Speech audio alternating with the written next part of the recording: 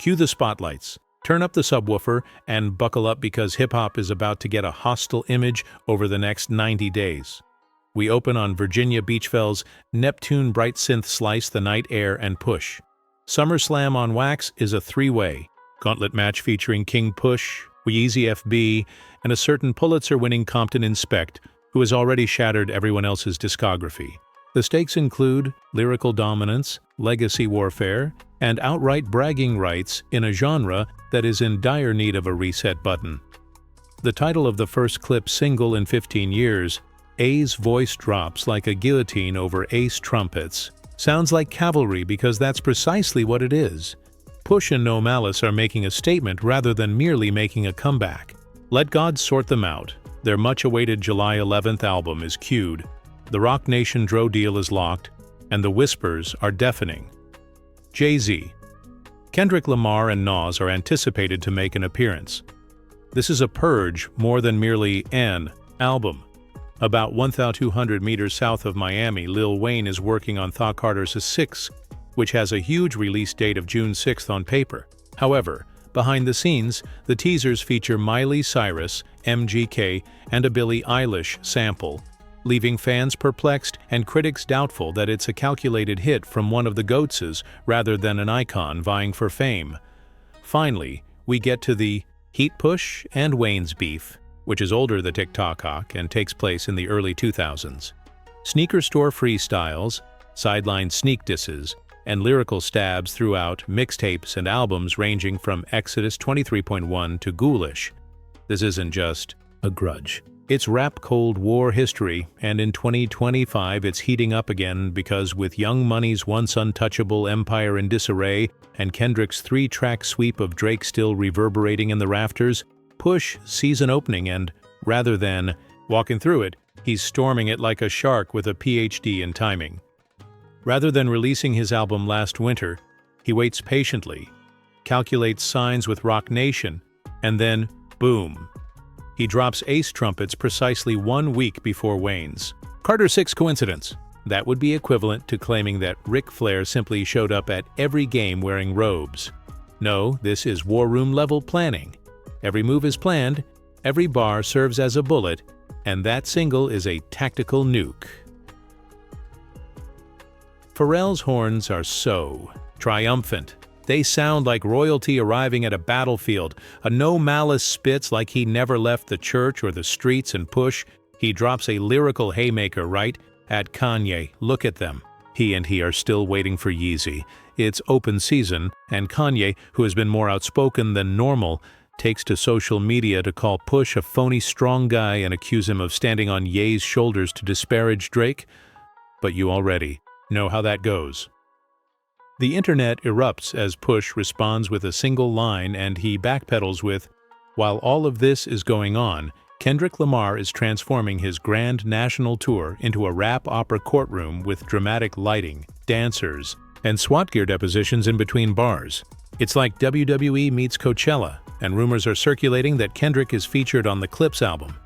I miss my brother, but he's not beef. He's cooked steak." Now let's discuss. Boogeyman locking arms with another Boogeyman. Push aims to end an entire period of soft rap, not just make a point. Wayne's launch is disorganized, and the cover art appears to be AI fan art that got lost in a folder of DeviantArt.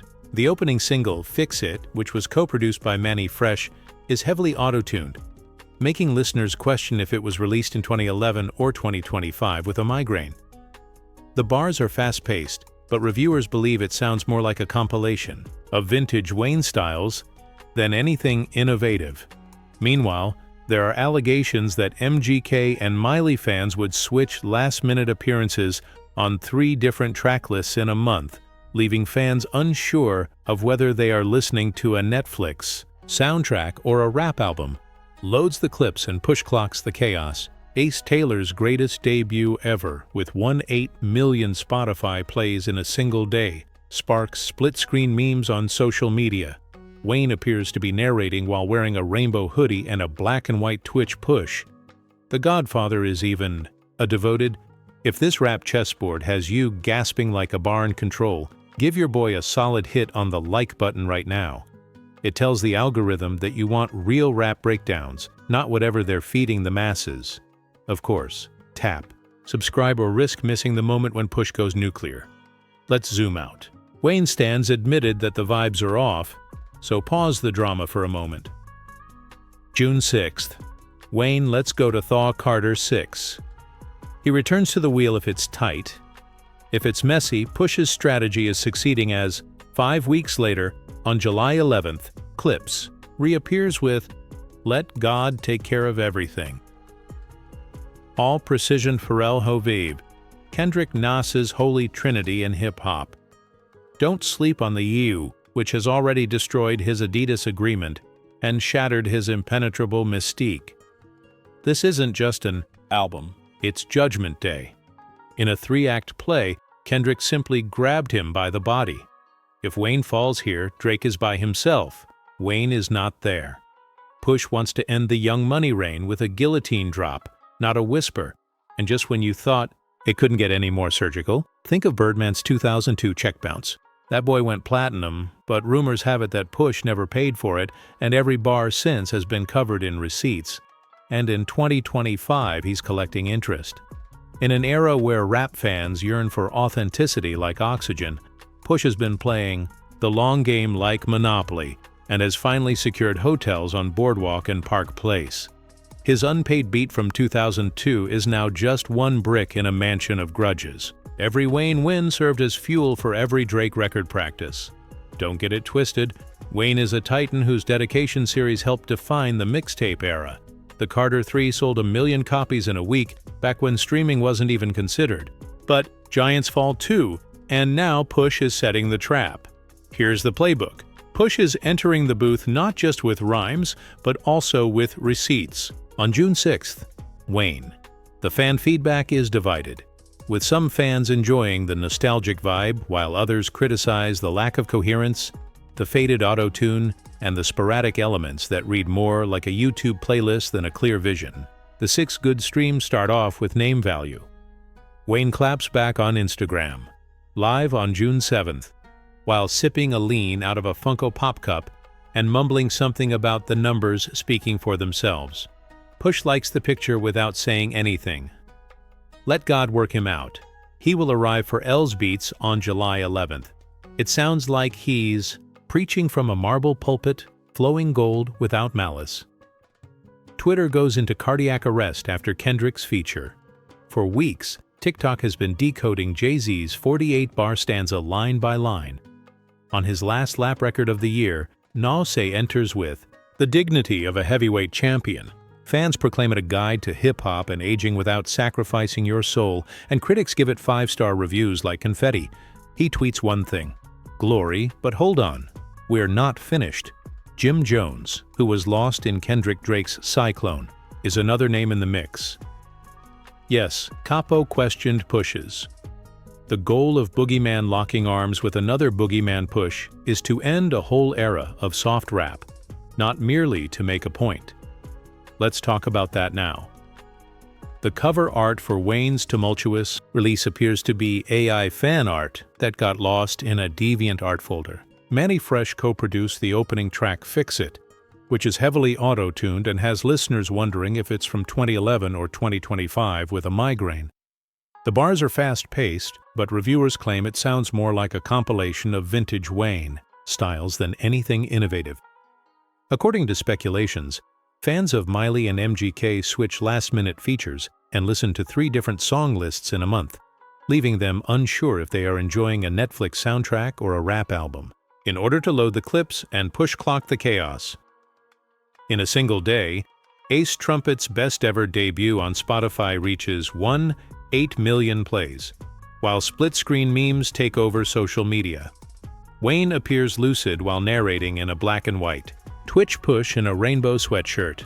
Even the devout Father Wayne acknowledges that the atmosphere is off, but only for a brief moment. If this rap chessboard has you feeling like a bar in control, give your boy a good hit on the like button right now. This tells the algorithm that you want real rap breakdowns, not whatever the masses are being fed. You should also hit subscribe to avoid missing the moment when Push goes nuclear. Let's zoom out. June 6th. Wayne drops warm-up Carter 6. He takes over if it's tight. If it's untidy, he takes over again. Push's strategy is succeeding because clips will return 5 weeks later on July 11th. With Let God Handle Everything, Pharrell, All Accuracy, Kendrick, Hovive, hip-hop's holy trinity in Nas. This isn't just an album. It's Judgment Day. Don't ignore him. The Drake domino effect push, which has already destroyed his Adidas contract and taken away his indestructible aura. Kendrick simply grabbed him by the body in a 3-act play, and if Wayne falls here, Drake is by himself without Wayne. No, no backup. And that's precisely what Push wants to happen, to end the Young Money reign with a guillotine drop, rather than a whisper. And just when you thought it couldn't get any more surgical, don't you remember Birdman's check that bounced in 2002? That boy went platinum. But rumors have it that Push never received the money, and every bar since has been covered in receipts, and in 2025 him collecting interest. Every Wayne win served as fuel for every Drake record practice, and in a time when rap fans yearn for authenticity like oxygen, Push has been playing the long game like Monopoly and has finally secured hotels on Boardwalk and Park Place that unpaid beat from 2002. Do not misunderstand. Wayne is a titan whose dedication series helped define the mixtape era. The Carter 3 sold 1 million copies in a week back when streaming wasn't even considered. But giants fall too, and now Push is setting the trap. Here's the playbook. June 6th. The Carter is dropped by Wayne. The fan commentary is divided over the 6 powerful streams' initial name value. Some enjoy the nostalgic vibe, while others criticize the lack of coherence, the faded auto-tune, and the sporadic elements that read more like a YouTube playlist than a clear vision. On June 7th, Wayne gives a shout-out on Instagram Live while drinking a lean out of a Funko Pop cup and mumbling something about the numbers speaking for themselves. Push likes the post without saying anything. When he arrives, Pharrell's beats on July 11th, Let God Sort Him Out. No malice, liquid gold. He sounds like he's preaching from a marble pulpit. Twitter loses its mind at Kendrick's feature. TikTok has been decoding Jay-Z's 48-bar verse line by line for weeks. Nas enters the scene with the dignity of a heavyweight champion on his year-ending Lap album. Fans proclaim it a guide to hip-hop and aging without surrendering your soul, and critics give it 5-star reviews like confetti. He tweets one thing, "Oh, but hold on, we're not finished." Jim Jones, who was lost in Kendrick Drake's Cyclone, is another name in the mix. Yes, Capo questioned Push's